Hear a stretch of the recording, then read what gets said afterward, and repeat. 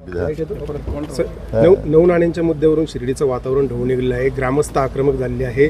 पालकमंत्री म्हणून तुमची देखील काय भूमिका आहे या सगळ्या प्रकरणात? असं की त्या नऊ नाण्यांसंदर्भात जी काही मुक्ताफळ उधळली त्या कोण गायकवाडनी, तर त्याच्यावर तर कारवाई झाली पाहिजे.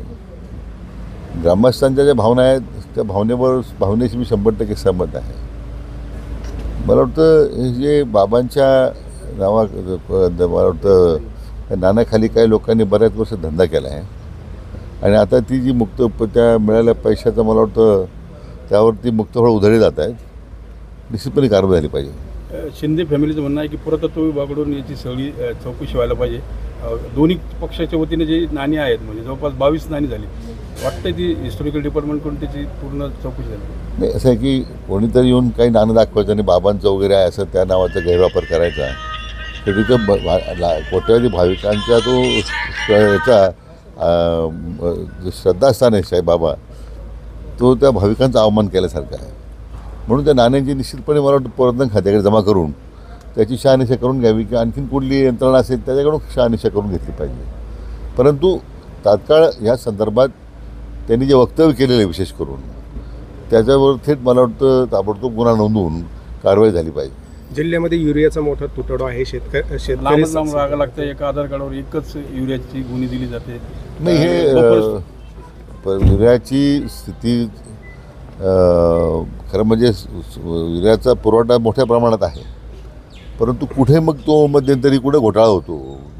कारण बऱ्याच ठिकाणी व्यापारी लिंकेज करतात अशा तक्रारी आलेल्या आहेत.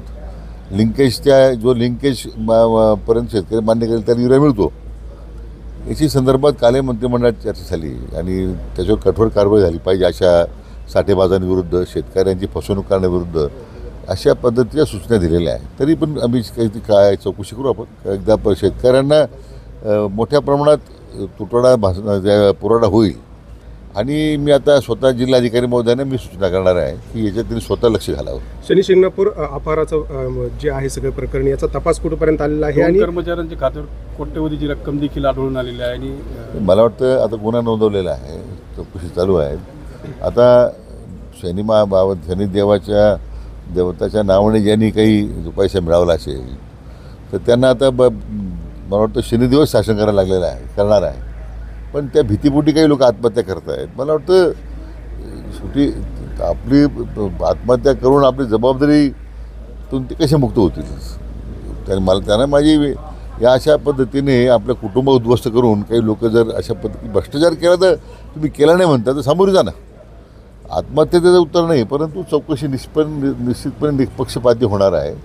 आणि जे लोक असतील म्हणजे इथे याचे धागेदोरी कुठपर्यंत गेले आता मी बोलण्याची गरज नाही आहे, पण कारवाई झाली पाहिजे. जिल्ह्यात धरणांची परिस्थिती सध्या काय आहे आणि जायकवाडीचा देखील साठा किती झाला आहे? नाही, जिल्ह्याची बहुतांश धरणं आता जवळ भरलेली आहेत. भंडारदरा निळवंड्याचं ते पूर्ण ओव्हरफ्लो झालेले आहेत. आपण तुझी काही लेवल मेंटेन करावं लागते नियमानं. जायकवाडी धरणात मी आता दुपारीच मी जलपूजनाला जाणार आहे. म्हणजे जायकवाडी गेल्यावेळी जर तुलना केली तर 0% साठा होता आणि यावेळी ते पूर्ण भरून वाहत आहे. मला वाटतं एक अतिशय मनाला समाधान देणारी गोष्ट आहे.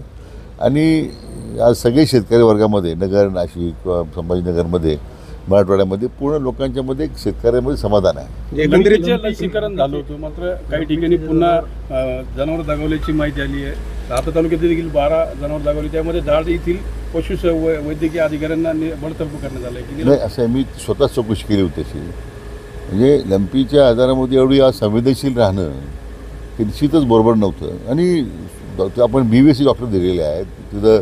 आपण मध्यंतरी पशुसंवर्धन खात्याची पुनर्रचना करून मोठ्या प्रमाणात LDOs BVC तालुक्यापर्यंत दिलेले आहेत. मला वाटतं अक्षम्य हलगर्जीपणा होता तो. आता आम्ही मोठ्या प्रमाणात पथक पाठवून ते लसीकरणाची प्रक्रिया पूर्ण करतो आहे. दोषी अधिकाऱ्यांना निलंबित केलेलं आहे. निलंबित करून चालणार नाही. तर दोषी आढळले त्यांचं निष्काळजीपणामुळे जर आमची ही मुख्य जनावरं प्राणी दाखवले असतील तर त्यांचं गुन्हा दाखल करावा लागेल, त्यासुद्धा सूचना दिलेल्या आहेत.